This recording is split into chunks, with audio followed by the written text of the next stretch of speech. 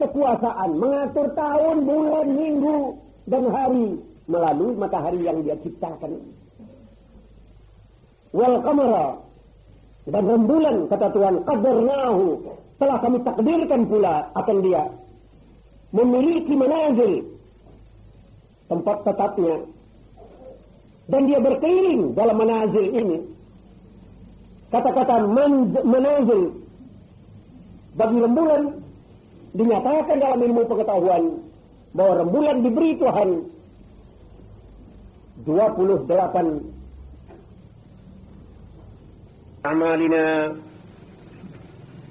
من يهد الله فهو المهتد ومن يضلل فلا هادي له والصلاة والسلام على من لا نبي بعده وعلى آله وأصحابه ومن والاه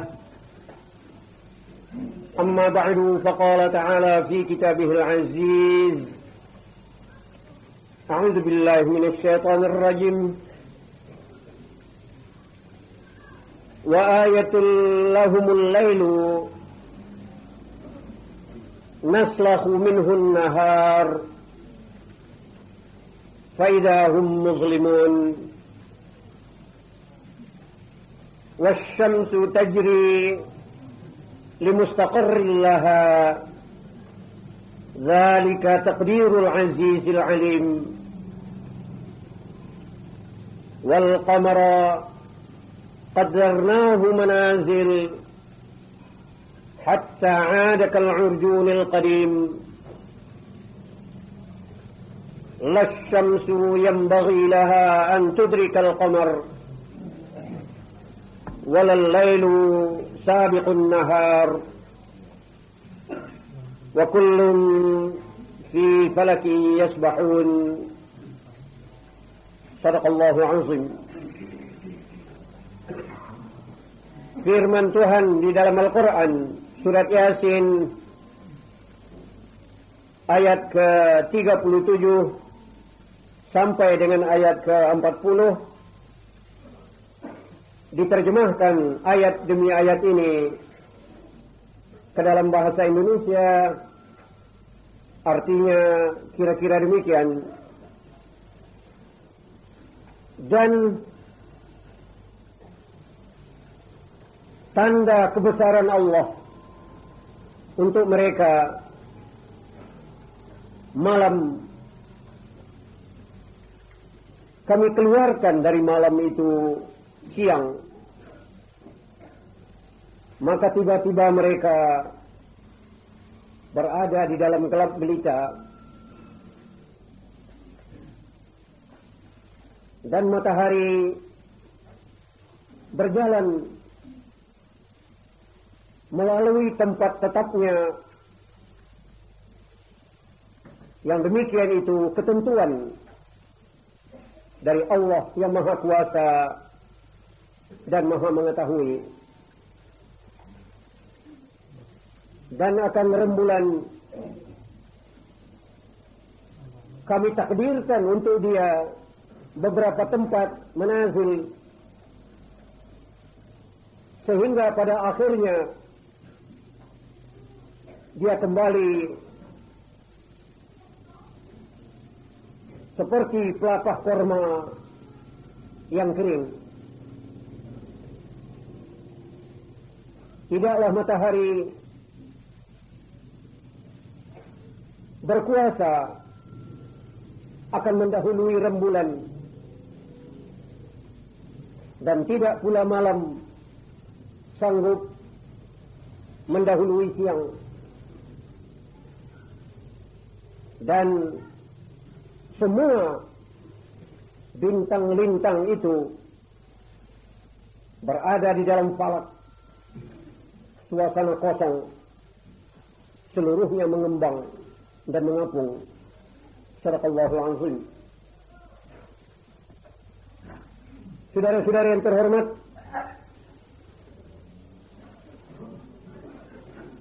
Allah Subhanahu wa taala melalui surat Yasin memanggil ingatan kita, membawa ingatan kita untuk mengenal kebesaran Allah yang tidak ada batasnya, kekuasaan Allah yang tidak ada batasnya, kemahakuasaan Allah yang tidak ada taranya.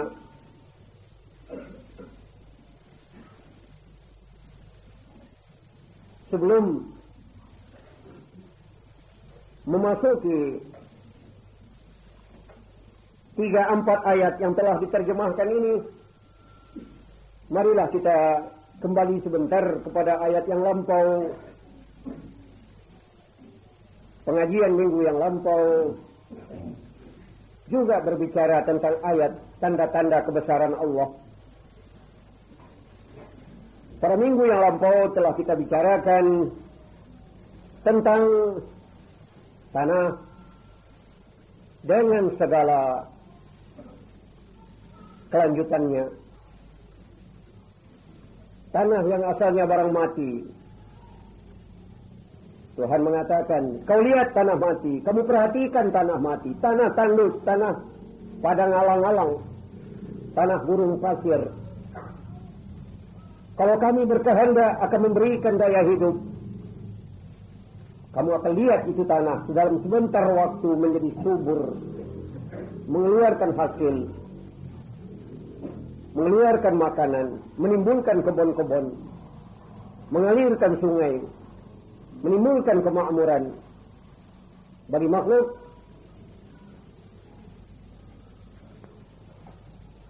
Pertanda bahwa kekuasaan Allah di bawah kaki manusia.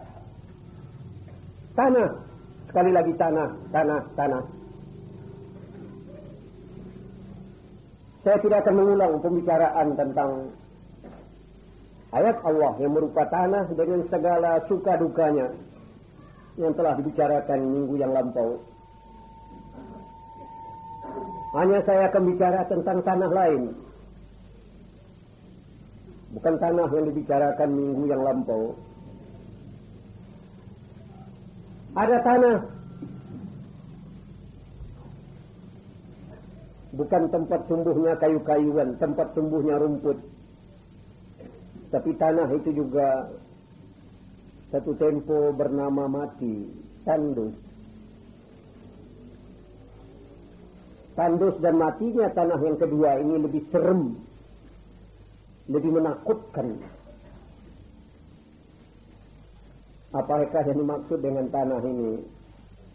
Tanah yang kedua ini hati manusia.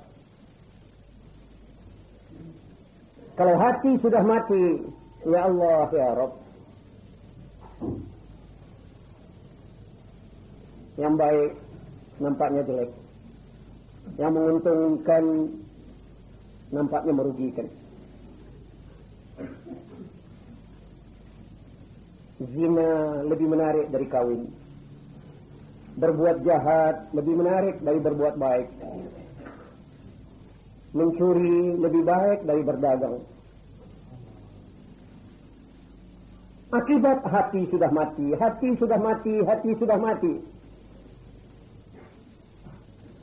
Aneh bin ajaib. Kekuasaan Allah bukan saja sanggup menjadikan tanah yang nampak menjadi subur, menjadi hidup, tapi Tuhan juga maha kuasa untuk menghidupkan hati yang mati.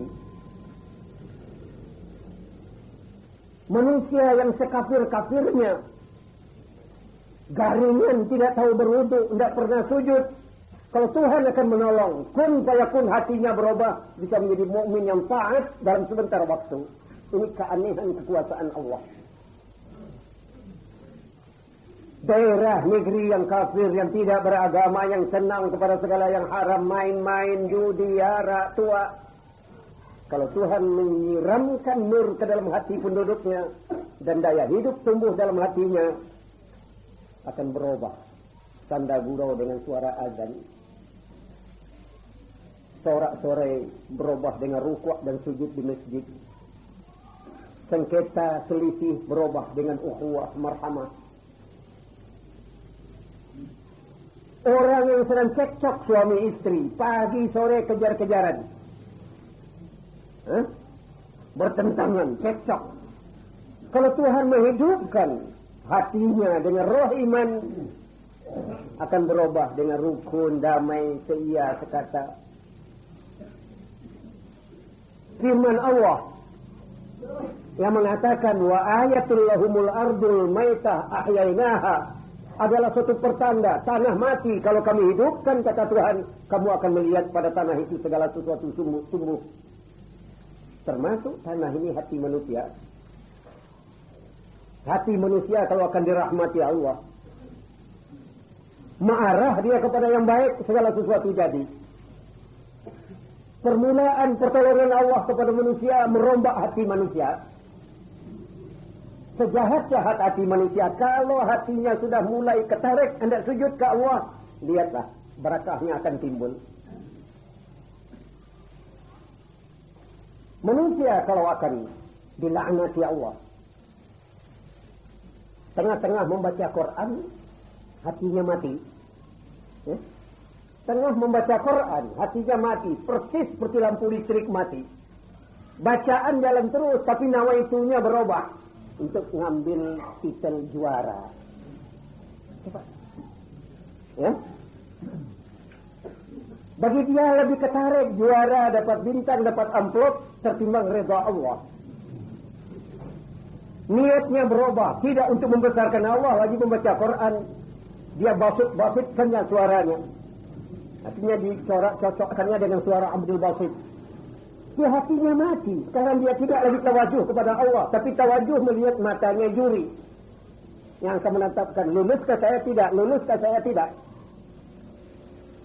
Lidahnya tetap hidup dengan Al-Quran, tapi hatinya sudah mati dengan Al-Quran. Tidak bernafas lagi dengan Al-Quran. Saudara-saudara yang terhormat, hati manusia inilah tempat tegaknya agama. Hati manusia tempat tegaknya iman. Hati manusia tempat tegaknya akhlak. Bisa orang beragama kalau dia menutup hatinya dulu. Bisa orang berakhlak kalau dia mengatur hatinya dulu. Bisa dia mempunyai sopan santun kalau dia betulkan hatinya dulu. Permulaan persoalan agama membetulkan hati. Peganglah dadamu. Rasakanlah. Apakah iman sudah mantap di dalam hatimu, dalam dadamu? Lihat buah-buahan. Mangga akan manis atau asam ditentukan oleh buah. Biji pertama yang ditanam. Kalau biji pertama yang ditanam berasal dari biji yang asam, yang akan keluar dari pohon mangga itu tentu juga buah yang asam. Kelapa, kalau biji pertama yang ditanam kelapa yang baik, buahnya juga 7 tahun di belakang akan menjadi buah yang baik. Hakikat manusia, awal manusia hatinya. Kalau hatinya bajingan, biar pakai serban, tetap bajingan. Tapi kalau orangnya hatinya ikhlas, jujur, tawadhu, biar rambut gondrong, celana menyapu jalan, tapi mungkin wali Allah menyamar pakai rambut gondrong. Maaf, ini bukan pembelaan ini. Itu bukan pembelaan. Bukan pembelaan. Artinya lahir dan batin, rambut itu hanya soal lahir. Lihat hatinya dulu. Kalau hatinya putih, kesempatan akan jadi baik ada. Ini ibu-ibu juga harus tahu. Ibu pagi sore mupuri muka, hati tidak tahu dipupuri. Mukamu tambah putih, tapi hatimu tambah hitam. Hatimu tambah hitam. Pupur itu tidak harus diletakkan ke muka, saja ke hati. Pergi mengaji juga begitu, periksa hatimu dulu. Kalau niatmu pergi mengaji, di dunia yusibuha aw imra'atin yankihuha fa hijratuhu ila ma hajara ilaih. Kalau niat pergi ngaji hanya untuk cari jodoh, mungkin ngaji ini ada tunangannya begini, mau lihat ketemu nanti tunangan itu, ketemu dan bisa sampai kawin. Tapi lain dari kawin tidak dapat apa-apa. Karena manusia hanya akan sampai kepada niatnya. Yang dinamakan niat gerak hati. Dan itu gerak hati itu menentukan. Kamu datang ke masjid, apakah akan ke surga, apakah akan ke neraka? Dengan masuk ke masjid, itu ditentukan oleh hatimu ke masjid. Kata-kata hati ke masjid disebutkan niatnya hati ke masjid. Niat hatimu ke masjid apa? Untuk mencari redha Allah sampai ke surga. Tapi kalau niat ke masjid, hatimu ke masjid, tidak hendak mencari redha Allah, hanya mencari yang lain, jangan bicara-bicara tentang surga. Kenapa niat dibetulkan dulu? Kenapa Nabi mengatakan innamal a'mal binniyat? Segala sesuatu tindak tanduk perbuatan ditentukan oleh niat. Karena niat itu persoalan hati. Maknanya bereskan hatimu dulu sebelum membereskan lain-lainnya. Mintalah kepada Allah, ya Allah ya Rabb, tuangkanlah roh hidup ke hatiku. Tuangkan iman ke hatiku ya Allah. Tuangkan kesabaran ke hatiku ya Allah. Tuangkan tamakninah ke hatiku. Bersihkan hatiku ya Allah. Pembersihan hati, pembersihan hati, pembersihan hati. Wa ayatul lahumul ardul maitah ahyainaha. Wahai manusia, pertanda bagimu, suatu ayat bagimu. Kamu lihat hati manusia yang mati. Kalau kami hidupkan, kamu akan melihat segala sesuatu jadi tumbuh. Apakah maknanya ini? Kesatu, hati di tangan Tuhan. Hati manusia ini dalam genggaman Allah. Kalau Allah akan membaik ke manusia, sebentar saja kun fayakun diputar hatinya oleh Allah, jadi orang baik. Jadi itu minta ke Tuhan, ya Allah, ya muqallibal qulub, ya muqallibal qulub, tsabbit qalbi ala dinika wa ala ta'atika. Wahai Tuhan yang memutar balikkan hati manusia, kokohkan hatiku di dalam iman dan dalam beragama. Kokohkan hatiku memihak kepada yang benar, oh Allah. Engkau yang bersifat muqallibal qulub. Kedua, ayat ini memberi peringatan kepada kita. Orang tidak boleh berputus asa dari tolong Tuhan. Orang yang sudah membunuh orang 99 orang bisa sampai ke surga karena hatinya mulai menghadap kepada Tuhan.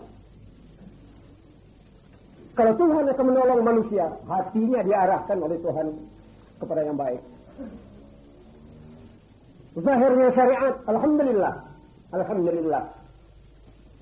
Ketiga kali, alhamdulillah. Saudara-saudara, ini sudah termasuk orang yang hatinya digerakkan Tuhan pergi mengaji. Ya?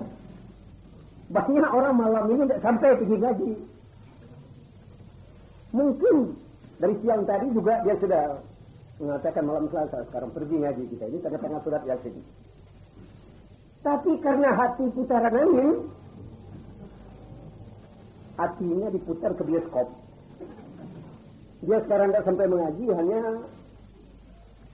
tawajuh di bioskop. Bukan tawajuh kepada Tuhan, tawajuh ke layar putih. Lihat layar. Kenapa dia jadi putar haluan? Karena hatinya putaran Tuhan. Diputar oleh Tuhan ke arah lain. Saudara mungkin tadi tidak berniat akan pergi ngaji, hanya lalu di muka. Tahu-tahu kok jadi kesasar masuk ke dalam. Ini keanehan kekuasaan Tuhan memutar balikkan hati manusia. Maka dari itu anak muda-muda harus tahu bagaimana kekuasaan Allah terhadap hati manusia. Saya katakan anak muda-muda karena anak muda-muda yang terlalu gampang percaya janji. Ya? Anak-anak muda ini gampang sekali percaya janji. Yang sampai ke laut api, yang sampai ke janjinya itu, ada yang semati sehidup. Katanya sampai ke laut api. Baru laut air saja yang ketemu, sudah buyar janjinya. Ini maknanya, hati-hati hatimu, awasi hatimu, terutama orang suami istri. Satu kampung orang mendoakanmu ketika akad walimah. Semua orang mendoakan wabarik, berkahilah ya Allah perkawinannya ini. Belum sampai 3 bulan kamu sudah cerai. Apa maknanya ini? Kamu kurang hati-hati menjaga ketenangan hatimu suami istri. Ketenangan hati dalam rumah tangga, ketenangan hati dalam beragama, ketenangan hati beribadat. Sahabat, ketenangan hati memenuhi wirid. Ini meminta kesungguhan kita, mujahadah kita. Kenapa banyak orang yang mewiridkan membaca surat Yasin? Ada yang sekali seminggu, sekali setiap petang Khamis malam Jumat. Dia sendiri heran. Katanya saya sudah lama tidak membaca Yasin lagi. Tapi kapan mulai saya tidak ingat. Coba, kenapa wiridnya jadi ketinggalan? Kenapa hatinya tidak tahu kapan dia meninggalkan surat Yasin? Entah sudah 3 bulan, entah sudah 6 bulan, entah sudah tahun. Kenapa hatinya sudah berpisah dengan surat Yasin? Dulu dia pencinta Yasin. Awasi hatimu. Karena hati ini yang dicipta oleh setan. Sasaran waswasul khannas hati manusia. Hati manusia. Maka dari itu, pertahankan kekokohan hati, kebersihan hati. Dan jangan putus asa, putus harapan dari pertolongan Tuhan. Tuhan mampu menolong menghidupkan hati kita asal kita meminta kepadanya. Permintaan yang paling baik kita ulang-ulang sesudah tahiyat, sesudah salam. Ya muqallibal qulub, tsabbit qalbi ala dinika wa ala ta'atik. Ya Allah yang menguasai hati manusia, sabatkan, kokohkan hatiku di dalam agama yang benar. Kokohkan hatiku untuk taat kepada Engkau selama-lamanya. Ini akhir zaman. Zaman akhir. Fitnah terlalu banyak. Kalau tidak kuat-kuat pertahanan hati kita dengan agama, tidak kuat-kuat pertahanan hati kita untuk taat kepada Allah, 1001 masalah yang akan merampas hati kita. Tidak terasa satu tempo kita sudah di luar daripada sifat-sifat yang baik. Epidemi, ketularan penyakit masyarakat. Kalau rambutnya yang ketularan gondrong, tidak terlalu mengerikan. Karena pada gondrong dan gondrong itu banyak makna. Nabi Muhammad juga rambut gondrong. Isa Al-Masih juga rambut gondrong. Tetapi kalau kalbunya yang gondrong, hatinya yang berbulu hatinya itu senang kepada yang jelek-jelek, merintangi agama, merintangi orang berbuat baik. Potongan mukanya potongan manusia, tapi potongan hatinya, ya Allah ya Rabb, binatang saja tidak seserem itu kekejamannya. Pada suatu tempo manusia bisa lebih kejam dari serigala, lebih kejam dari macan.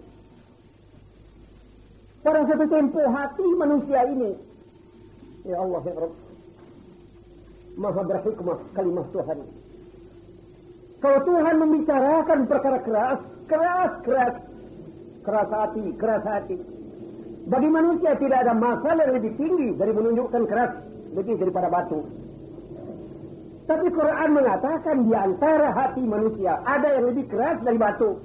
Asyaddu qaswah, lebih keras dari batu. Sudah lihat batu cadas di gunung, mata air bisa memancar dari batu cadas. Tapi kenapa hati manusia tidak bisa keluar pikiran-pikiran yang baik dari dalam? Kok pikiran yang jelek-jelek saja yang kamu rugi ke rakyat, yang kamu ngacau ke negeri, yang akan melampiaskan hawa nafsu. Kenapa kok pikiran-pikiran yang jelek ini? Karena hatinya lebih keras dari batu. Sekeras-keras batu di Gunung Selamat, kalau lindu datang, dia gugur ke bawah. Berantakan dia ke bawah. Tapi ada di antara hati manusia tidak tergoyang oleh ayat Allah. Tidak tergoyang oleh kalamullah. Ini keras dari batu di gunung, tidak mau turun, dia kena ayat Allah. Ini menunjukkan di antara hati manusia ada yang lebih keras dari batu. Otaknya encer, hanya hatinya bajingan. Tidak bisa ditunjuk, tambah ditunjuk, tambah melawan. Agama dia peralat-alat, kebenaran dia olok-olok. Ini akibat hati. Maha berhikmah peringatan Tuhan. Kalau tanah, kata Tuhan, bisa aku hidupkan sesudah mati. Hati manusia juga bisa aku hidupkan sesudah mati. Aladul Khisam, musuh yang paling serem kepada Nabi. Yang sudah sekian lama berniat hendak menumpahkan darahnya Nabi. Tidak pernah beromongan baik kepada Nabi. Tapi satu tempo Tuhan memutar hatinya hanya karena beberapa ayat surat Thaha. Dari Adan Aladul Khisam, musuh yang sekejam-kejamnya berubah menjadi Sadiqul Hamim. Siapakah manusia yang jadi saksi atas peristiwa ini? Umar bin Khattab, musuh Nabi, yang sebenar-benar musuh, yang sudah menghunus pedang, sudah sumpah hendak memenggal lehernya Nabi. Hati yang semacam ini dapat tetesan hidayat Allah, berubah menjadi sahabat Nabi, menjadi khalifah Nabi, pelindung Nabi, penyokong Nabi. Ini keanehan soal hati. Kalau hati akan dibalikkan oleh Tuhan dari musuh menjadi sahabat.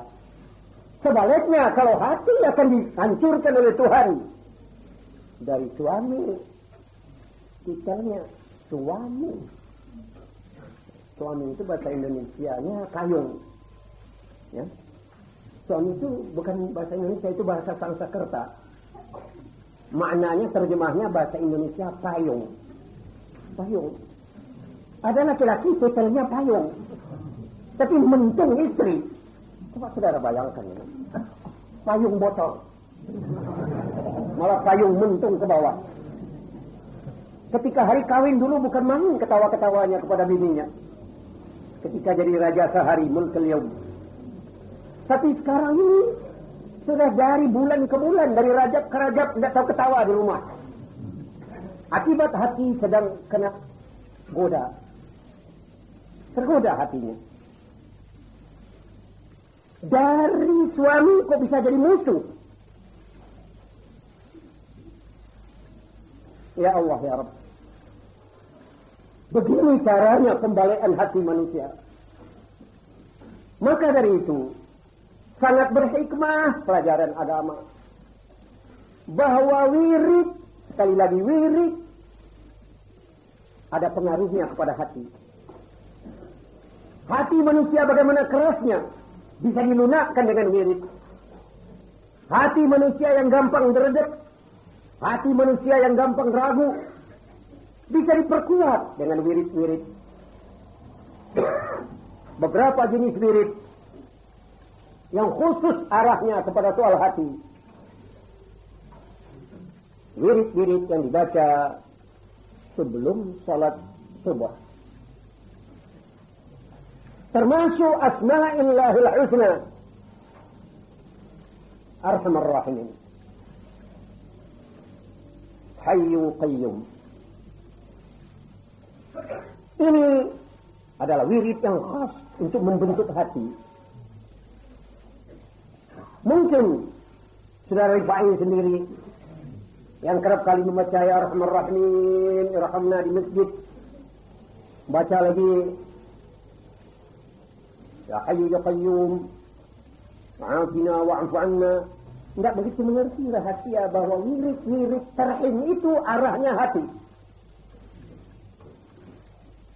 Maka dari itu barang siapa yang suka ngerdek,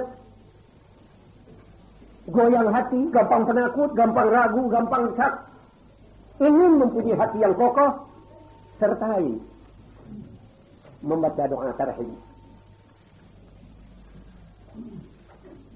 Terutama doa yang tempoh hari sudah kita salin. Ya Hayyu ya Qayyum wa'afina wa'fu 'anna wa 'ala ta'atika wa syukrika 'inna wa aslih lana umurana kullaha wa la takilna ila anfusina tarfata 'ain. Ini doa khusus untuk memberikan ketenangan kepada hati, kejernihan kepada hati.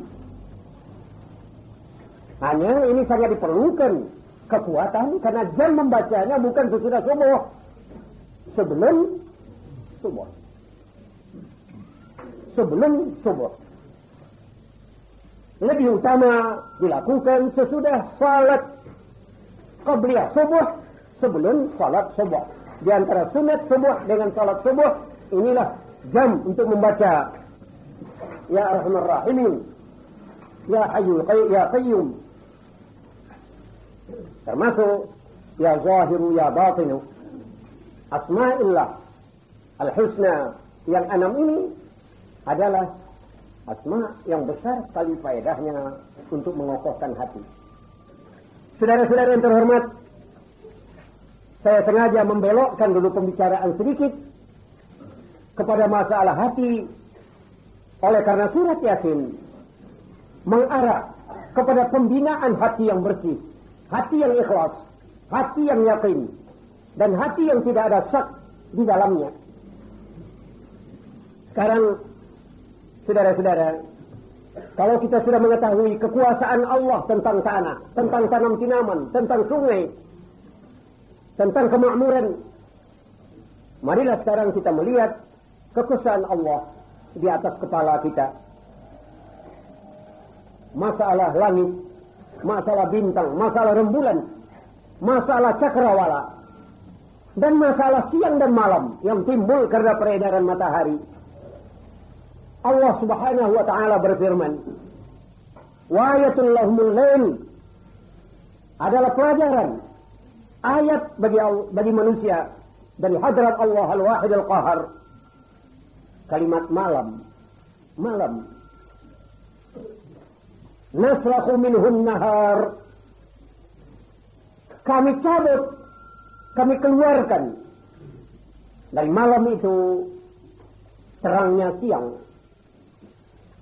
Seolah-olah malam menjadi tempat bersembunyinya siang. Dikeluarkan oleh Tuhan siang itu dari malam. Dua barang yang sangat berlawanan. Dan kita tidak sadar kenapa barang yang berlawanan ini satu bisa menganakkan yang lain. Malam kok bisa melahirkan siang. Tuhan mengatakan ini kekuasaan kami. Kami cabut dari malam itu siang. Kalau siang sudah tercabut, malam sudah hitam buta. Faidahum muslimun. Manusia jadi kegelapan.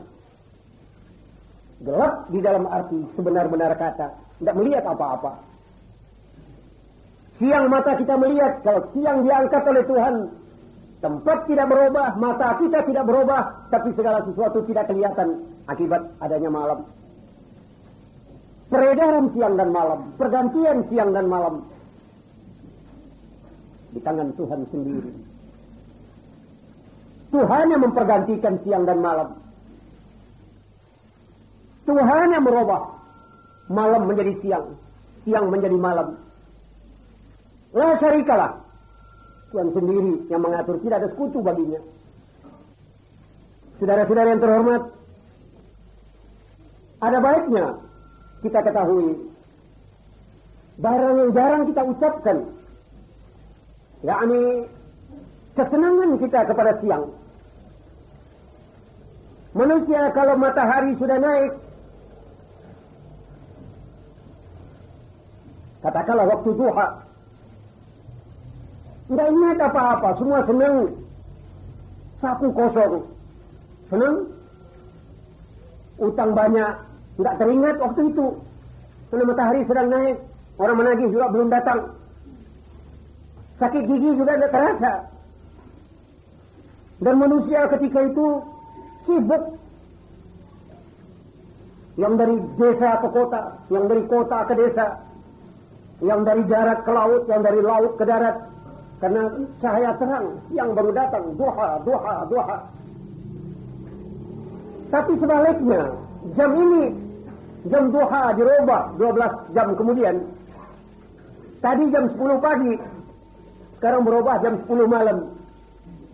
Tempat itu juga, orangnya itu juga. Hanya bedanya tadi ada matahari, sekarang tidak ada matahari. Saudara tahu bagaimana jam 10 malam? Sakit gigi mulai terasa.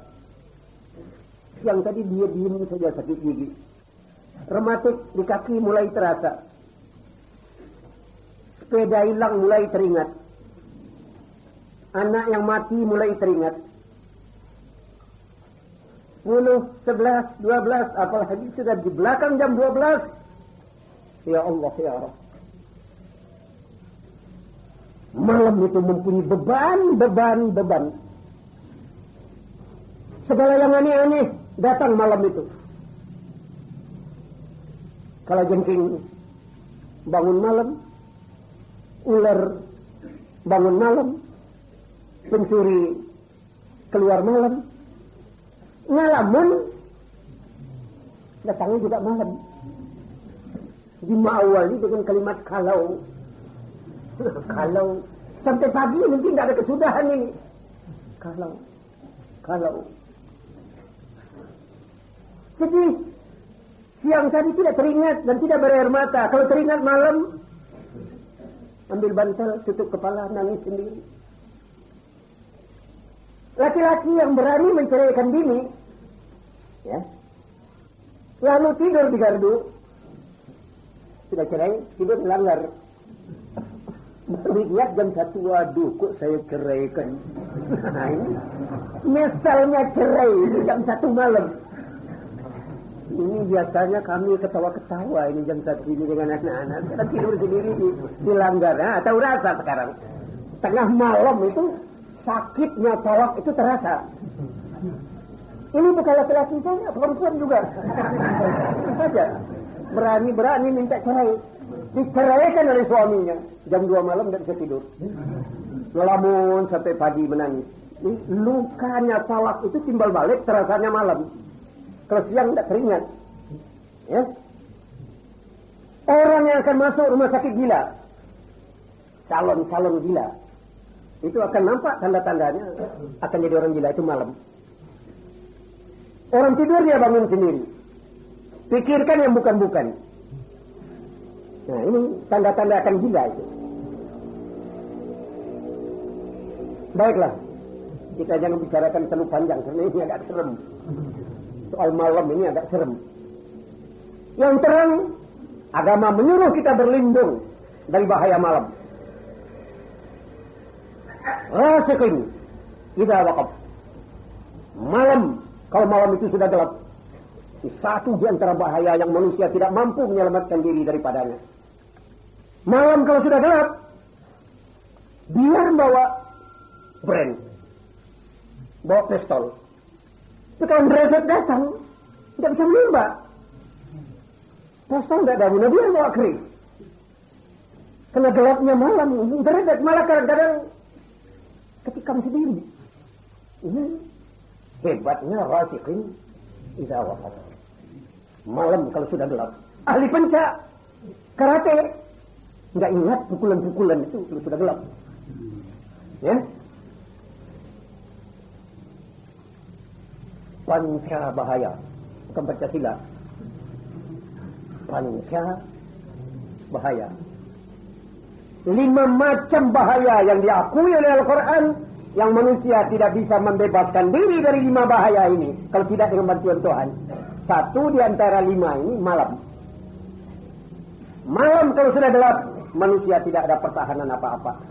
Maling bisa masuk, orang bisa mukul kita, tukang sihir bisa nyihir kita malam, nikam kita juga malam, maling keluar malam, kalajengking malam, malah yang paling kecil, nyamuk. Berani dia menyerang kita kalau malam. Kalau siang dia sembunyi-sembunyi saja. Malam enak saja deh, hidung kita dihantam. Kalau tangan kita dihantam sudah hidung kita. Malah kadang-kadang tempat tubuhnya kumis. Saudara gagah-gagahkan kumis saja hantam oleh nyamuk dekat kumis itu. Ini malam kalau sudah gelap, manusia tidak ada pertahanan apa-apa. Dari itu beruntung orang yang tahu rahasia ini, tidak mau berpisah malam dari surat Al-Falaq. Qul a'udzu birabbil falaq min syarri ma khalaq wa min syarri ghasiqin idza waqab. Ini bahaya yang kedua di antara 5 bahaya. Bahaya malam kalau sudah gelap. Orang yang tahu bagaimana bahayanya malam, lekas minta perlindungan kepada Allah. Hanya Allah yang bisa menyelamatkan dada kita malam. Hanya Allah yang bisa menenangkan hati kita malam. Hanya Allah yang bisa menahan daya-daya guna-guna, daya-daya sihir, hipnotisme, daya-bahaya jaya langkung, setan, jin, roh yang hitam yang bisa mengganggu malam. Nggak ada yang bisa menyelamatkan kita kalau tidak Rabbil Falaq. Tuhan yang menguasai subuh. Lari ke sana, ini yang bisa melindungimu. Saudara-saudara yang terhormat, begitu malam menjadi tumpukan bahaya. Coba saudara bayangkan kalau seluruh jam malam, kalau seluruh jam ini jadi malam, belum datang malakul maut, kita sudah gila semua. Sebelum kita mati, kita sudah gila, otak kita tidak jalan lagi. Kalau gelap, tidak ada batas. Dan tidak ada kemungkinan ada cahaya, kita akan mati karena gila. Sebelum malakul maut datang. Ini tekanan malam. Begitu hebatnya tekanan malam. Saudara, ketakutan malam, ngeri malam, diberi oleh Tuhan siang. Ya Allah, kau syukurlah sedikit kepada Allah. Malah sudah diberi siang itu, tidak ingat kepada beratnya malam lagi, bahaya-bahaya malam.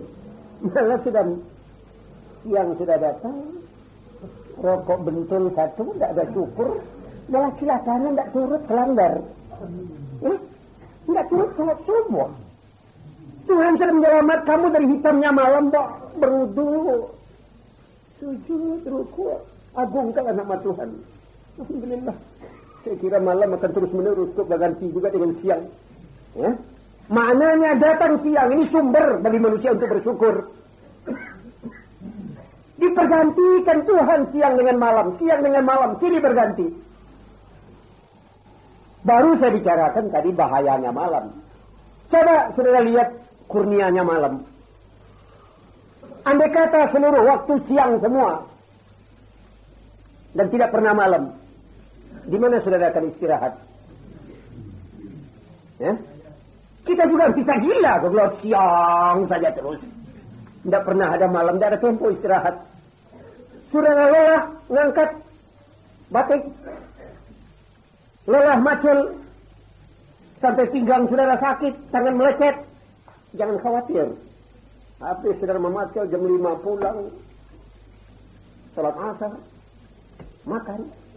Habis maghrib menguap, dekat Isya udah tidur, terlelah siang, hilang berangkat.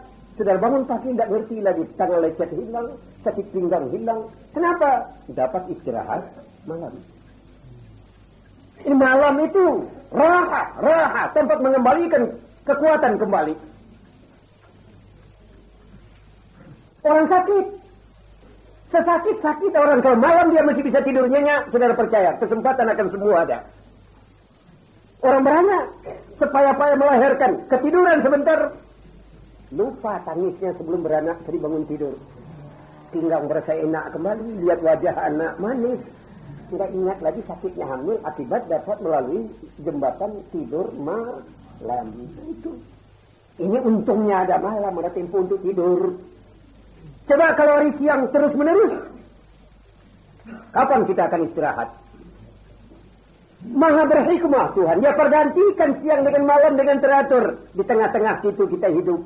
Ingatlah kebesaran Allah mempergantikan siang dengan malam ini. Karena ini pokok kurnia untuk kita. Bantuan Allah kepada kita. Ada siang dan ada malam. Saudara-saudara yang terhormat. Bertalian dengan malam. Bertalian dengan siang. Kita terpaksa membicarakan masalah matahari. Apakah matahari yang menciptakan siang? Apakah rembulan yang menciptakan malam?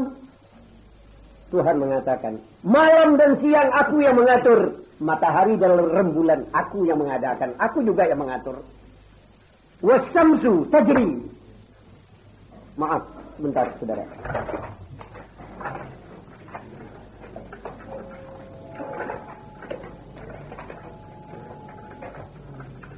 Tajri. limustaqarrin laha. Matahari itu berjalan. Limustaqarrin laha. Mengelilingi sumbu tempat tetapnya. Dia berkeliling. Tetapi berkelilingnya dalam puntaran as. Yang as itu dinamakan mustaqar. Tempat tetapnya yang tidak berubah-ubah. Tapi dia berpindah-pindah sambil berputar itu. Dan putaran sekeliling ini, satu lingkaran, akan terjadi 366 hari. Sekali mengganti kalender, 366 hari, selesailah dia mulai mengelilingi lingkaran satu. Tapi dia sambil berputar. Putarannya ini terjadi dalam tempo 24 jam. Wasyamsu tajri limustaqarrin laha. Matahari beredar berkeliling sambil melalui tempat tetapnya. Zalika takdirul azizil alim. Inilah takdir Allah, ketentuan Allah, pemberian Allah. Al-Aziz, Al-Alim. Takdir Allah kepada matahari 28 kali 24 jam. 28 kali sehari semalam. Sampailah dia kepada lingkaran semula. Ada kal-urjunil qadim. Dia balik seperti pelapak korma yang kering kembali. Maksudnya pelapak korma, pelapak kelapa, tandan kelapa yang kecil sudah kering. Istilah kita bulan sabit, bengkok, kecil, dia balik dari kecil lagi. Maknanya ada masanya rembulan, hilal, sebagai titik bertolak dalam 28 manzilah, 14 manzilah di tengah-tengah dia bundar betul. Jalan satu hari lagi dia kurang sedikit, akhirnya sampai seperti hilal lagi, bulan sabit lagi. Bulan sabit ini dalam Al-Quran disebutkan urjunil qadim, tangkai telapak korma yang sudah tua, kecil, memanjang. Pada hari permulaan dia dan pada hari kesudahannya. Begitulah rembulan ditakdirkan Allah dalam 28 manzilah. Sekali jatuh 29, sekelilingnya itu dinamai oleh manusia asy-syahr, 1 bulan. Kelilingnya rembulan. Dan rembulan inilah teman manusia di waktu malam. Seperti matahari, teman manusia di waktu siang. Matahari yang jadi perlambang siang, rembulan menjadi perlambang malam. Tuhan mengatur rembulan dan matahari dalam status sendiri-sendiri, dengan kebesaran dan tugas sendiri-sendiri. Kemudian Tuhan mengatakan, "Las-syamsu yanbaghi laha an tudrikal qamar." Kamu jangan khawatir, matahari tidak akan menabrak rembulan dan tidak akan mendahului rembulan. Kamu jangan khawatir, malam tidak akan mendahului siang, siang tidak akan mendahului malam. Artinya siang akan tetap berganti teratur dengan malam, malam juga akan tetap berganti teratur dengan siang, karena rembulan dan matahari berjalan lalu lintas di bawah pengaturan Al-Azizil Alim. Saudara bawa Honda bisa tabrakan, tapi Honda Tuhan yang namanya matahari sampai sekarang dengan rembulan yang termasuk Toyota tidak pernah tabrakan. Ya? Sejak alam ada matahari dengan rembulan tidak pernah tabrakan. Saudara jalan orang dua saja tabrakan, tidak pakai kendaraan. Jadi maknanya Tuhan mengatur rembulan dan matahari dengan teratur sekali, dengan rapi sekali, dan sebaik-baik kejadian. Sebelum kita mengetahui rahasia-rahasia langit, sebelum kita mengetahui rahasia-rahasia planet dan bintang-bintang yang penuh di cakrawala, surat Yasin memanggil ingatan kita supaya memperhatikan pertalian kita dengan matahari, pertalian kita dengan rembulan, pertalian kehidupan kita dengan bintang dan segala sesuatu yang mengatur langit. Mumpung saudara-saudara di Pekalongan sekarang sedang gandrung udang. Tahu saudara udang? bengkok, ikan urang. Artinya Pekalongan sekarang termasuk daerah yang ada kesadaran untuk jadi orang laut. Tidak kalah dengan Pemalang dan tidak kalah dengan Tegal. Mungkin saudara-saudara yang masih takut ombak nggak mengetahui rahasia ini. Yang paling paham kepada rahasia surat Yasin ini adalah orang pelaut. Karena wal qamara qaddarnahu manazila, rembulan ditentukan Tuhan dalam manzilah yang 28. Ini orang laut hafal betul. Oleh karena di waktu bulan penuh, pengaruh rembulan kepada gerak air laut menyebabkan pasang naik setinggi-tingginya. Jadi kalau saudara tahu, pinggir pantai laut di waktu bulan purnama, kenapa air naiknya jauh ke darat? Sejauh-jauhnya, ini surat Yasin yang menetapkan. Surat Yasin mengatakan rembulan dalam manazil, dan manazilnya itu mempengaruhi lenggang air di laut. Sudah lihat air dalam piring, sudah bayangkan piring, air akan melenggang-lenggang di dalam piring. Air laut itu turut lenggangnya rembulan. Kalau rembulan sudah sabit, pasang ukurannya ini. Kalau rembulan nanti penuh tanggal 14, pasang lain lagi. Jadi rembulan dengan pinggir ombak cinta mencintai. Ya, pinggir ombak dengan rembulan itu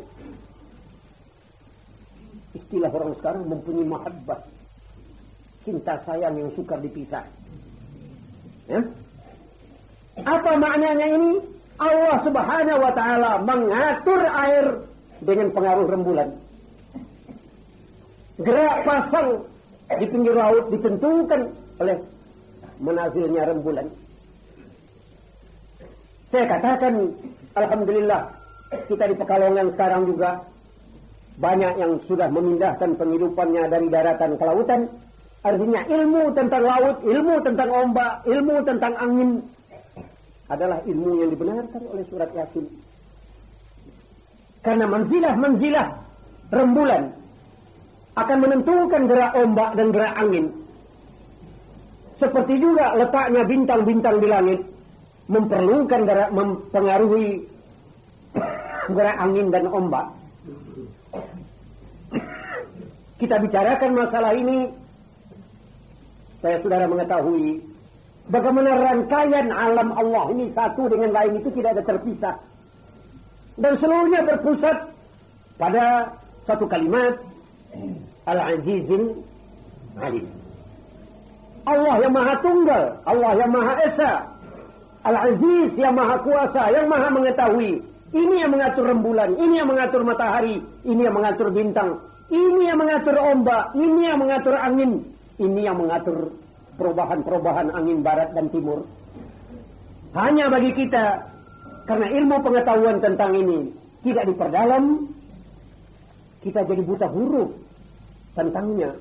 Tetapi surat Yasin mengingatkan kepada kita tentang matahari, tentang rembulan, tentang menzilah-menzilah dari matahari, tentang peredaran menzilah-menzilah rembulan, tempat beredarnya matahari, dan bagaimana pengaruhnya itu kepada angin, kepada laut, dan kepada musim.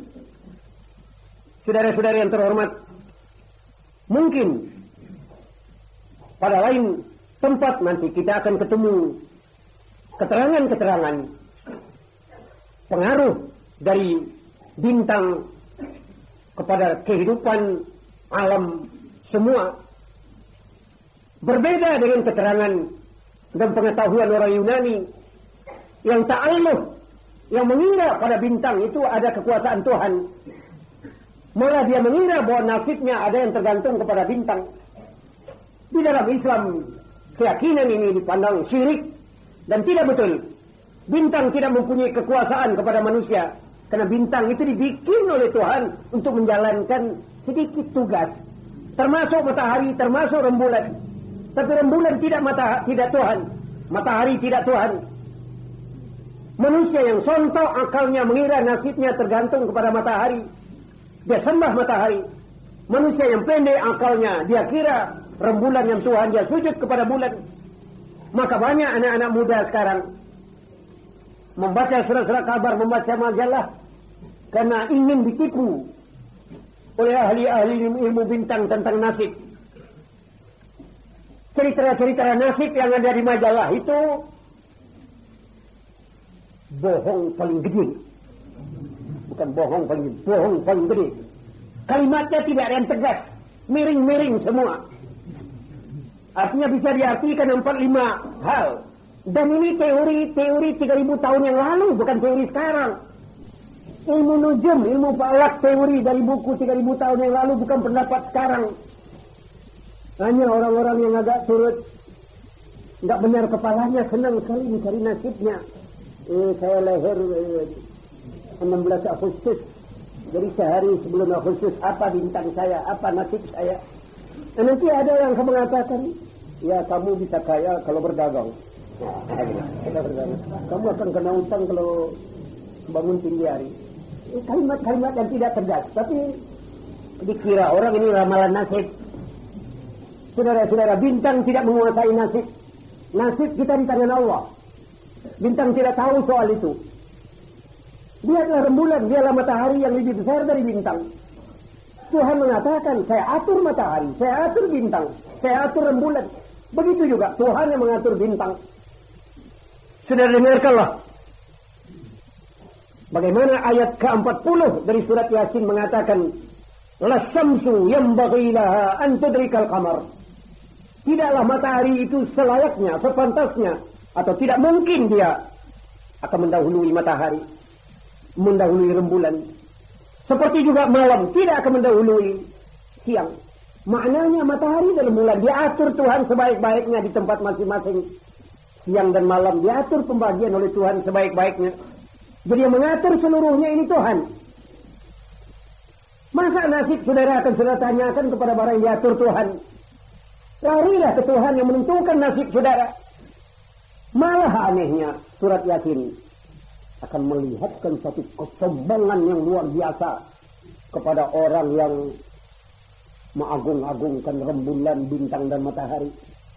Karena surat Yasin mengatakan wa kullun fi falakin yasbahun. Seluruhnya maknanya matahari, rembulan, bintang, lintang yang penuh di langit, semuanya itu fi falakin, dalam udara kosong. Falak itu kosong. Dalam udara kosong, yasbahun, mengembang, berenang. Ini matahari, bulan, bintang, itu tegaknya saja di tempat kosong. Tegaknya di tempat kosong, falak. Sudah mau tahu bagaimana cerita kosongnya? Saudara ambil segenggam pasir. Segenggam pasir.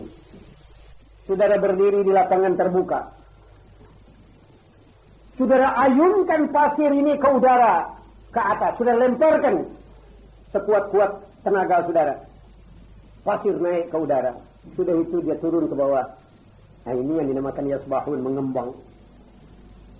Pasir yang kecil-kecil ini dia bulan, matahari, bintang.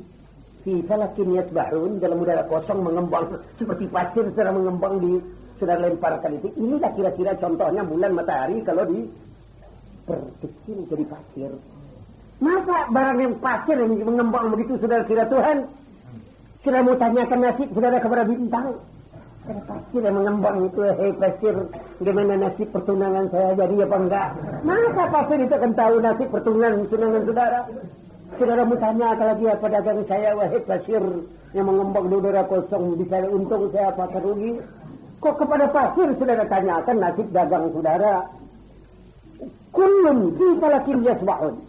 Seluruhnya isi langit ini dalam udara kosong mengembang. Maknanya tidak ada tangkainya yang menandikan ke atas dan tidak ada tonggaknya ke bawah. Jangan saudara kira ini matahari berapa besar tonggaknya ya. Oh, bisa ditahan keliling-keliling gitu. Lah rembulan itu kecanteng lah, talinya ke atas berapa gedenya. Keliling-keliling. Tidak ada tali ke atas, tidak ada tonggak ke bawah. Fi falakin yasbahun, dalam udara kosong mengembang. Lah saudara akan heran bagaimana kok dia bisa mengembang dalam udara kosong? Jawabnya pendek, itu yang dinamakan kekuasaan Tuhan. Pandainya manusia membuat rel pakai tonggak ke bawah. Tuhan membuat barang gede-gede tidak pakai tonggak ke bawah. Tidak pakai tali ke atas. Kosong udaranya, tapi bisa mengembang teratur dan tidak pernah tabrakan. Nah ini anehnya dalam udara kosong itu tidak pernah tabrakan. Inilah dia Allah yang maha kuasa yang menjadikan alam semua. Saudara-saudara, katanya Sahibul Hikayat. Ya, ini saya perlu membawa saudara sekarang kepada Sahibul Hikayat. Tukang dongeng. Sahibul Hikayat. Pasir yang tadi sudah lemparkan ke atas. Satu di antara pasir itu mengembang. Lama di udara. Tidak selekas turun ke bawah. Kena enteng.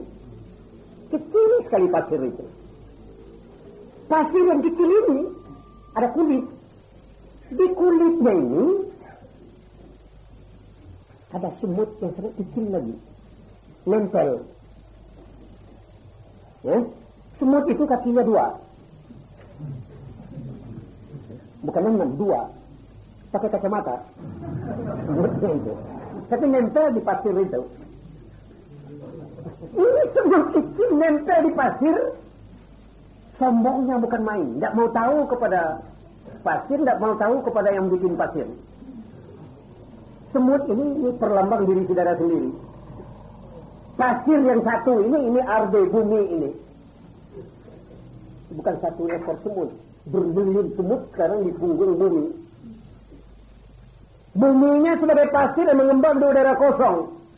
Si semut ini tidak ngerti bahwa bumi ini dalam tempat kosong mengembang. Dan dia mengatakan, wahai tanah air yang tercinta. Air yang tercinta. Tercinta apa? Tanah ini dia kira Tuhannya. Dia akan ada di sini selama-lamanya. Padahal bayangkan saudara yang menggenggam pasir, saudara yang melemparkan pasir itu mengembang di udara satu biji. Saat pasir yang satu biji ini namanya bumi. Di bumi ini sekarang berdiamlah sekian miliun semut yang berkaki 2. Di antara semut itu ada yang duduk ngaji malam Selasa. Ini. Kan di bawah kaki kita ini kita bumi. Bumi kita ini sekarang sedang mengembang di bawah angin keliling-keliling. Kebetulan sedang dapat bahagian malam. Yang sebelah belakang ini siang. Ini malam. Ini semut-semut malam.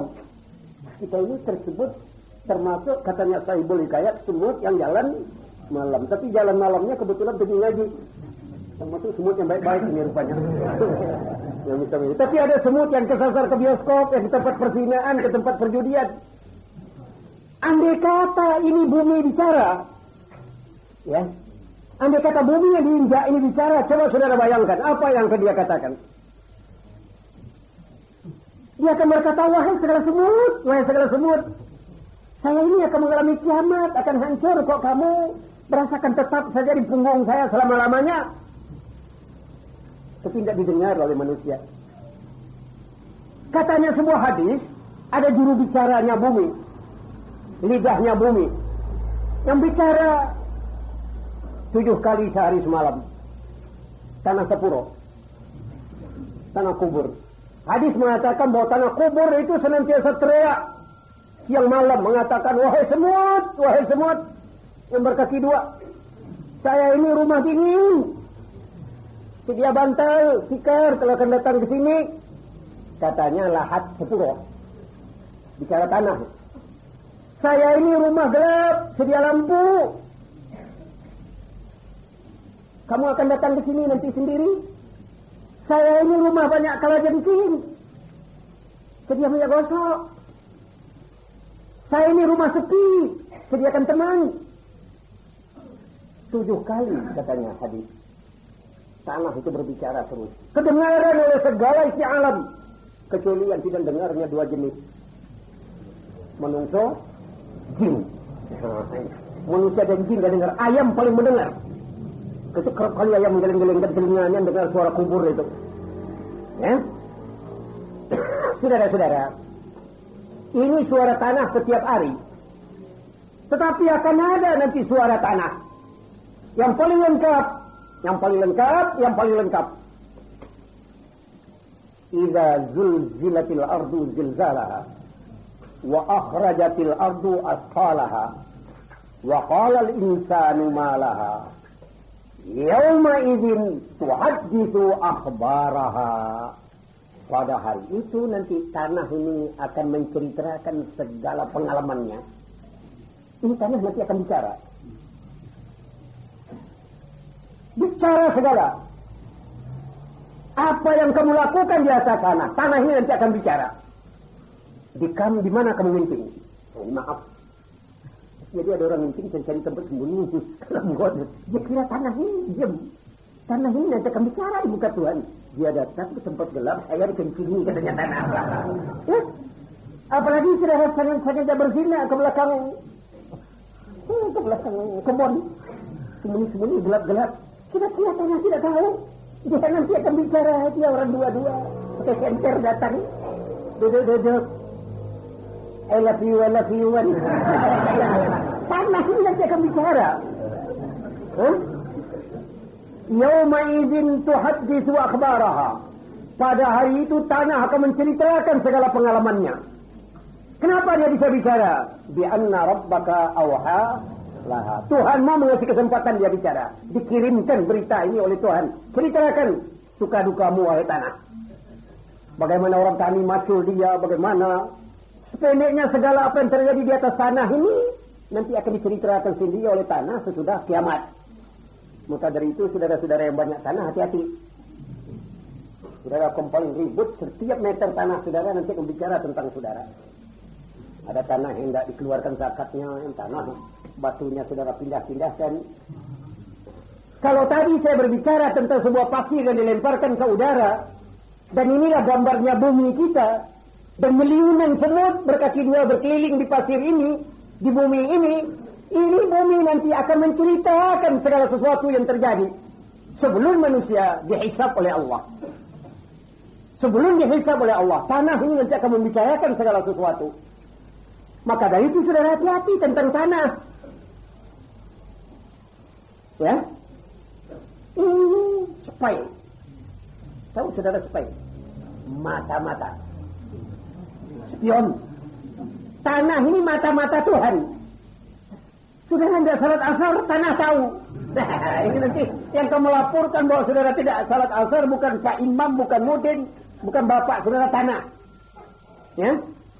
Apalagi saudara tidak bangun subuh, tanah rumah saudara tahu. Dia ngorok, saya dengar betul katanya tanah. Tanah ini saksi. Maka dari itu saya heran sekali orang yang mengatakan wahai tanah yang tercinta. Nah, musuhmu ini tanah. Apalagi yang mengatakan saya akan kembali ke pangkuan Ibu Pertiwi. Kamu kira ibumu ini tanah? Ibu bergeteng kamu nanti masuk ke dalam dijepit oleh tanah. Bukan ibumu, musuhmu. Masuklah ke dalam tanah, pijat di dalam nanti, tidak bisa bernafas dalam tanah. Ini saudara-saudara yang terhormat, sedikit pembicaraan mengenai tanah, dan kita dengan tanah, dan tanah dengan matahari, tanah dengan rembulan, tanah dengan bintang, dan seluruh isi cakrawala. Akhirnya dikatakan oleh Tuhan, wa kullun fi falakin yasbahun. Seluruhnya dalam udara kosong mengembang. Saudara-saudara yang terhormat, kenapa Tuhan menarik perhatian kita dengan surat Yasin? Dengan soal tanah, dengan soal matahari, bulan, bintang, dengan segala peredaran dan keajaibannya. Karena seluruh kehebatan langit, bumi, matahari, bintang itu dijadikan untukmu. Wasakhkhara lakum samawat, wasakhkhara lakumul ardh. Direndahkan bumi, direndahkan matahari dan segala bintang untuk keperluanmu wahai manusia. Untuk keperluanmu wahai manusia. Jadi bintang, matahari, bulan dijadikan Allah buat keperluan manusia. Bukan kita buat keperluan matahari. Hujan diatur oleh Tuhan buat keperluan manusia. Begini sayangnya Tuhan kepada manusia. Dilengkapkan segala sesuatu. Jalannya matahari diatur, jalan bintang diatur, jalan musim diatur, jalan angin diatur. Jalan hujan diatur supaya manusia bisa bercocok tanam, bisa hidup di dunia dengan aman. Begini perlindungan Tuhan kepadamu. Kamu tidak hendak berterima kasih kepada Allah. Ya Allah, ya Rabb, kemana kepalamu? Kemana kepalamu? Begini lengkap segala sesuatu diatur oleh Tuhan. Cahaya untuk badanmu. Kalau saudara membayangkan miliunan tahun cahaya berangkat dari sumbernya matahari sampai ke kulit kita, sampai ke kain batik yang kita jemur. Berapa lama ini cahaya berangkat baru sampai ke tempat kita menjemur? Akan bersyukurlah manusia. Dengan sebenar-benar bersyukur kalau dia mengerti bagaimana kemurahan Allah mengatur cahaya untuk manusia, mengatur air, mengatur udara. Seluruhnya diatur Tuhan dengan alam yang begini sempurna. Waja'alna lakum fiha ma'ayish. Kami jadikan untukmu dalam alam ini segala sumber hidupmu. Udara untukmu, air untukmu, makanan untukmu. Semua diatur Tuhan sebaik-baiknya. Pantaskah kita melupakan Tuhan? Pantaskah mata kita ketarik kepada selain Allah? Enggak pantas, enggak pantas, enggak pantas. Sayang sekali manusia lupa bersyukur kepada Allah, lupa hendak rukuk kepada Allah, lupa hendak sujud kepada Allah. Kalau diperhatikanlah seluruh ayat-ayat pelajaran-pelajaran ini oleh manusia, bagi manusia tidak ada jalan lain, hanya satu: menundukkan kepala, tawadhu', merendah diri kepada Tuhan. At-ta'ah, at-ta'ah, at-ta'ah. Patuh, patih, nurut kepada Allah. Disuruhnya sujud, sujud. Suruh bangun, bangun. Mana yang diharamkannya, tinggalkan. Mana yang disuruh, kerjakan. Taat kepada Allah. Yang sebenar-benar taat. Inilah kewajiban kita sebagai manusia yang mengerti bagaimana kelengkapan segala sesuatu disediakan Tuhan untuk kita. Al-masbuh, didahulukan segala sesuatu oleh Tuhan sebelum kita minta. Belum kita minta udara, udara sudah dikirim oleh Tuhan. Belum kita minta hujan, hujan sudah dikirim oleh Tuhan. Belum kita minta ibu. Coba, apa pernah saudara mendoa, ya Allah, saya beri saya ibu yang baik? Apa pernah saudara mendoa? Tidak pernah. Belum saudara mendoa, sudah dikirimkan si ibu yang penuh cinta sayang kepada saudara. Malah dia mengatakan rela dia bertenggang malam asal saudara jangan nangis. Ibu yang begitu baik. Saudara minta saja kepada Tuhan, berkelindak seindah itu dapatnya. Ini diberi oleh Tuhan yang sebaik-baik ibu. Ya, kita tidak ada bersyukur kepada Allah. Apalagi ini yang sudah dikurniai Allah dengan tidak meminta. Nyonya, istri. Saya percaya orang Pekalongan lebih separuh tidak pernah minta kepada Allah. Nemu.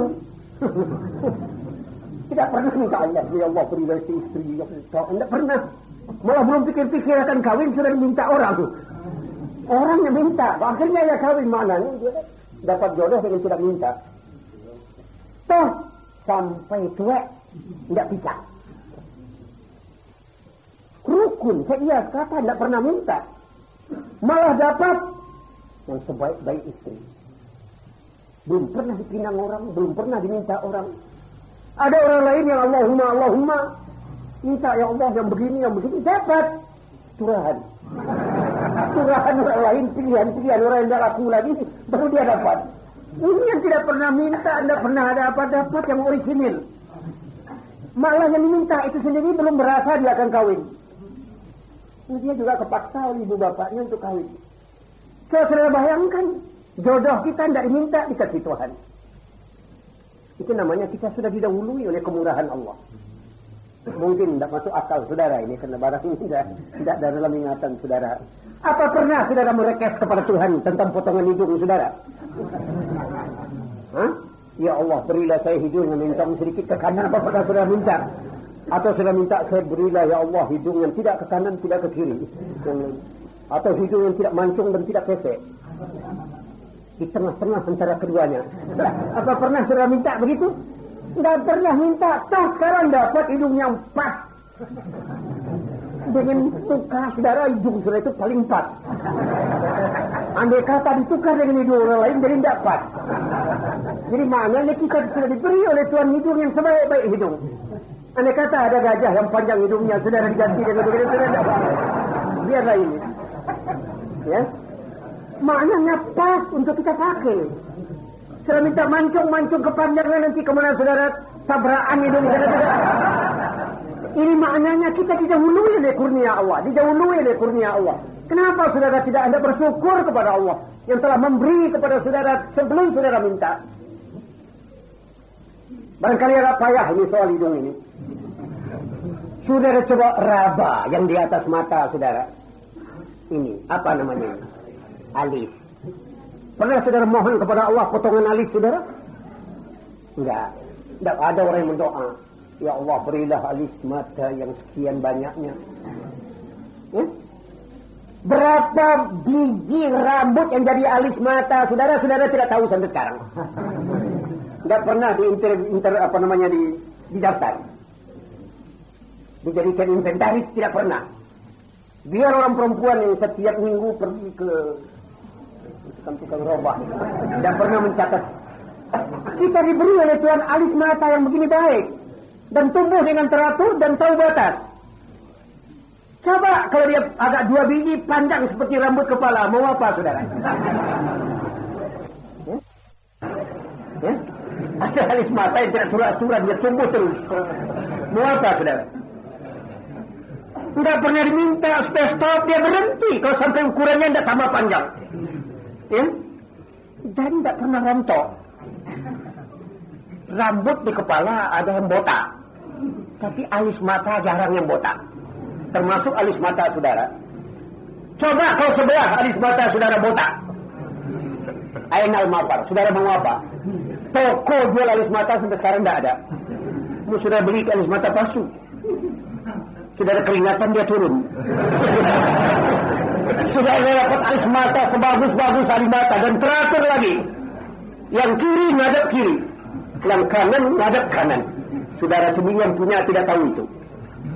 Kalau sudah lihat besok di kaca. Iya, ya kok ini kesini miringnya. Kesini miring. Coba kan dia balik-balik. Yang ini ngadep sini. Saudara persis jerangkung.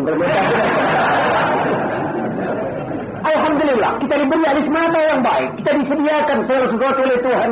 Perlengkapan yang baik. Dengan ini kita tidak bersyukur kepada Allah. Pantas kemarahan Allah datang kepada kita. Maka karenanya saudara-saudara yang terhormat, surat Yasin berbicara tentang ayat Allah, ayat Allah, ayat Allah. Untuk memanggil manusia kepada sifat tawadhu, merendah dirilah kepada Allah. Berterima kasihlah kepada Allah dan turutkanlah peraturan Allah. Peraturan Allah, sekali lagi peraturan Allah. Induk dari peraturan Allah yang harus ditaati. As-salah, as-salah, as-salah.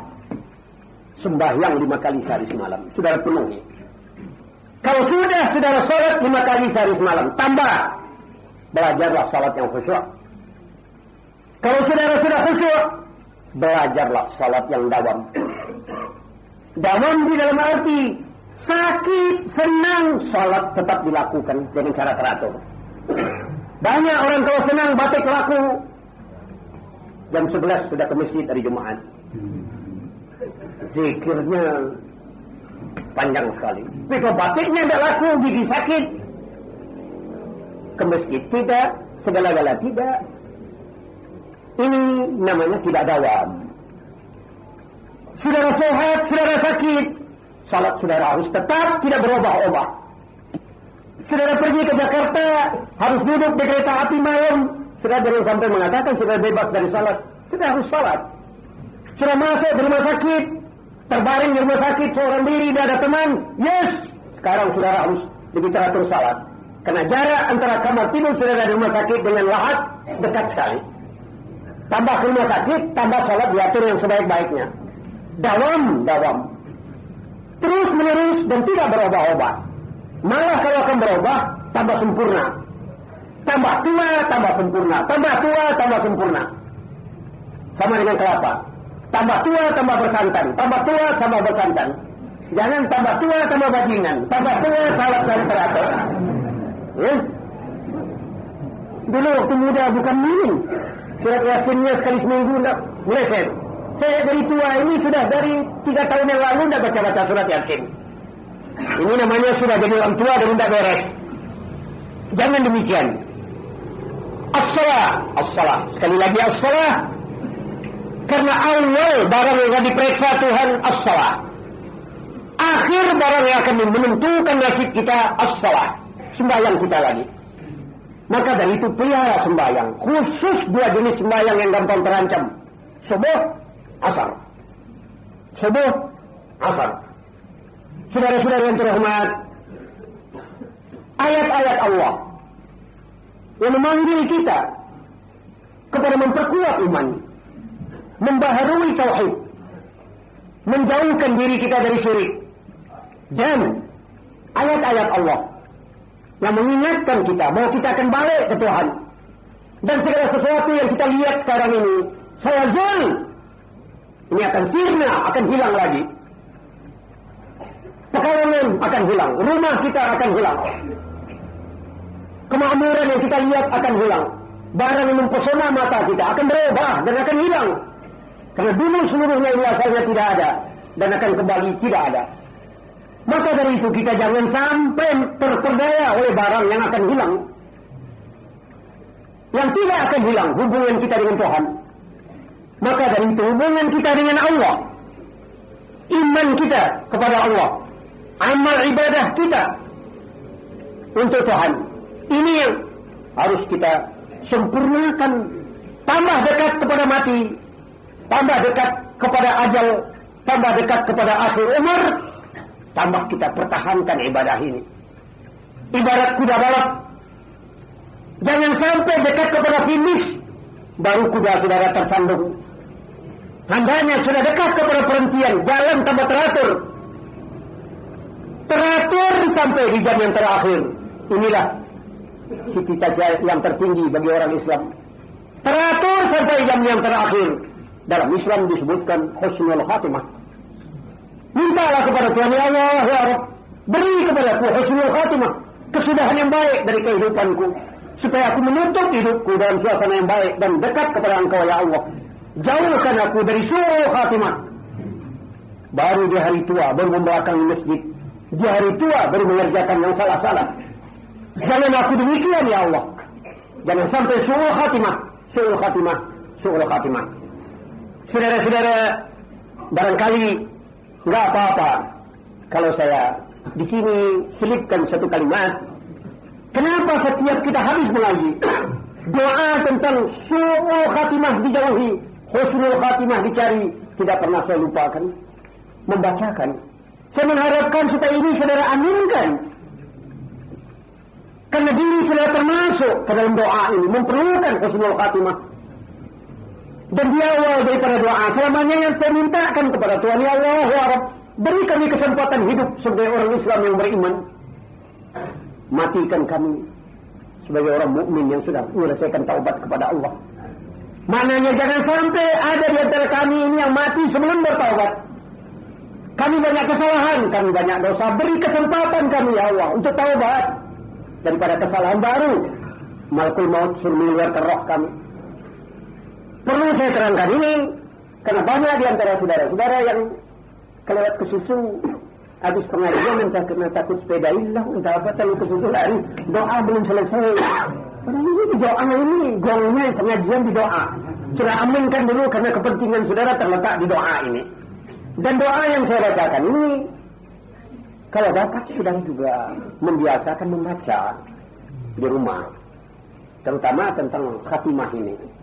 Minta berlindunglah kepada Allah dari su'ul khatimah. Minta kepada Allah husnul khatimah. Husnul khatimah dalam segala hal. Saudara-saudara yang terhormat, saya ulang sekali lagi. Karena bertambah-tambah juga permintaan supaya pengajian yang mengenai soal infak, soal harta, mencari kehidupan dengan agama, makan gaji di dalam bidang agama, supaya lekas dibicarakan. Saya katakan sekali lagi nanti. Baru akan kita bicarakan kalau sudah sampai kepada ayat. soal infak. Insya Allah 1 atau 2 kali pengajian lagi akan sampai di sana. Dan saya akan menjadikan ayat itu menjadi pokok pembicaraan tentang persoalan rezeki di dalam Islam. Jadi saya akan perluaskan. Untuk sementara sekarang kita harus bersabar dulu, karena ada 2 macam pelajaran lagi yang harus kita rampungkan. Ayat Allah lagi mengenai soal jalan kehidupan yang umum pada hari pengajian yang akan datang. Sesudah itu persoalan rezeki yang umum dan yang khusus. Saudara-saudara yang terhormat, saya tambah peringatan karena surat Yasin sudah mendekati tengah-tengah. Hafalan. Saudara yang sudah menghafal Yasin sudah tertibkan, sudah cepat menghafal sebelum tamat. Kita membacakan lebih baik tertimbang saudara telat. Ayat sudah sampai 40 yang kita bacakan, hafalan saudara baru sampai ayat 20. Keringatan saudara nanti memburukan di belakang. Ini hafal surat Yasin dengan maksud seboleh-boleh segala yang sudah mengaji. Ini minta kepada Tuhan, ya Allah, ya Rabb, saya jangan dibacakan orang surat Yasin kalau mati. Ya, jangan dibacakan orang lain surat Yasin kalau maknanya saya baca sendiri. Lebih baik kita baca sendiri ketimbang ditunggu orang lain bacakan. Saya belum tentu orang lain ada tempo membacakan surat Yasin. Tapi kalau dari muda sekarang saudara sudah membiasakan membaca surat Yasin, insya Allah Yasin ini paling setia. Barang siapa yang mengiritkan membaca surat Yasin di waktu muda, nanti lihatlah, dekat-dekat akan ajal. Kok condong saja hatinya hendak membaca surat Yasin. Saya ketengahkan ini karena saya ada mempunyai teman, sudah beberapa orang, pencinta Yasin. Ada yang mati di hotel, bukan di rumahnya. Di keterangan orang hotel mengatakan, ini orang katanya sakit dari tengah malam, tidak berhenti baca surat Yasin sampai pagi, sampai dia mati dalam surat Yasin. Seanehnya ini. Dia tidak di muka keluarganya. Dia sedang berada di Bandung, di satu hotel kepunyaan orang asing. Orang hotel tadi mengatakan, saya tadi tengah malam, sesudah saya panggilkan dokter, ini orang itu yang tidak berhenti. Saya tahu yang dia baca surat Yasin. Begini setianya Yasin kepada orang yang setia kepada Yasin waktu muda. Di hari tua nanti Yasin akan mendekati saudara. Cintai Yasin dari sekarang, hafal dari sekarang dan pahamkan. Moga-moga nanti Yasin akan jadi tongkat bagi saudara. Di waktu saudara memerlukan tongkat, jadi payung waktu saudara memerlukan payung. Dan diiringi oleh khadam Yasin di mana saudara berada. Allahumma ahlina mu'minina ta'i'ina wa tawaffana muslimina ta'ibina wa alhiqna bis salihina waj'alna mimman yakhudul kitaba bil yamin waj'alna yawmal faza'il akbari aminin wa adkhilna bi rahmatika wa karamika fi jannatin na'im wa najjina bi 'afwika wa hilmika min al-'adabil alim ya barru ya rahim ya halim ya karim ربنا آتنا في الدنيا حسنة وفي الآخرة حسنة وقنا عذاب النار ربنا وآتنا من لدنك رحمة وهيئ لنا من أمرنا رشدا ربنا صرف عنا السوء بما شئت وكيف شئت إنك على ما تشاء قدير ربنا صرف عنا السوء بما شئت وكيف شئت إنك على ما تشاء قدير ربنا صرف عنا السوء بما شئت وكيف شئت إنك على ما تشاء قدير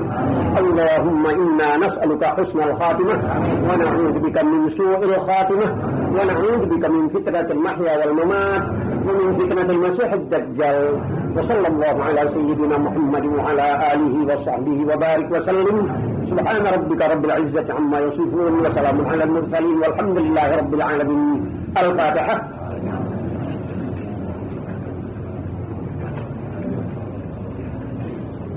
صراط المستقيم غير المغضوب عليهم ولا الضالين آمين آمين وآخر دعواهم الحمد لله رب العالمين والسلام عليكم ورحمة الله وبركاته